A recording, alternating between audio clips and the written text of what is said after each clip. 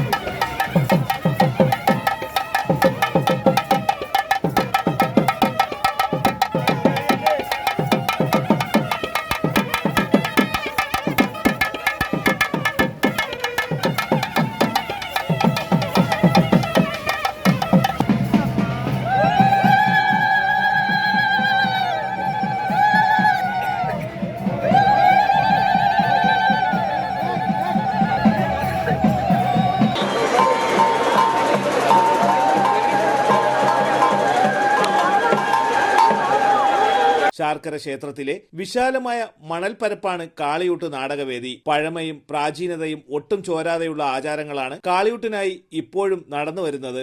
7 ദിവസത്തെ ചടങ്ങുകൾ ക്ഷേത്രത്തിലെ തുള്ളൽപുരയിൽ നടന്ന ശേഷം 8ാം ദിവസത്തെ മുടിയൊഴിച്ചിലെന്ന ദാരിക അന്വേഷണവും 9ാം ദിവസത്തെ നിലത്തിൽ പോരെന്ന ദാരിക നിഗ്രഹവുമാണ് ക്ഷേത്രപ്പറമ്പിൽ അരങ്ങേറിയത്. ഘോരമായ ദേവീദാരിക യുദ്ധം, നിരവധി നാടകീയ മുഹൂർത്തങ്ങൾക്കും പോർവിളികൾക്കും ശേഷം തിന്മയുടെ മേൽ നന്മയുടെ വിജയം ആഘോഷിച്ച് മുടിത്താളമാടി ദേവി കലിയടക്കി. ദുഷ്ടനിഗ്രഹത്തിന് ശേഷം നന്മയുടെ വിത്തെറിഞ്ഞ് ഭക്തർക്ക് അനുഗ്രഹം ചൊരിഞ്ഞതോടെ ഈ വർഷത്തെ ശാർക്കരയിലെ കാളിയൂട്ട് ആചാരങ്ങൾക്ക് പരിസമാപ്തി കുറിച്ചു. തലസ്ഥാന വാർത്തകൾ, ചിറയൻകീഴ്.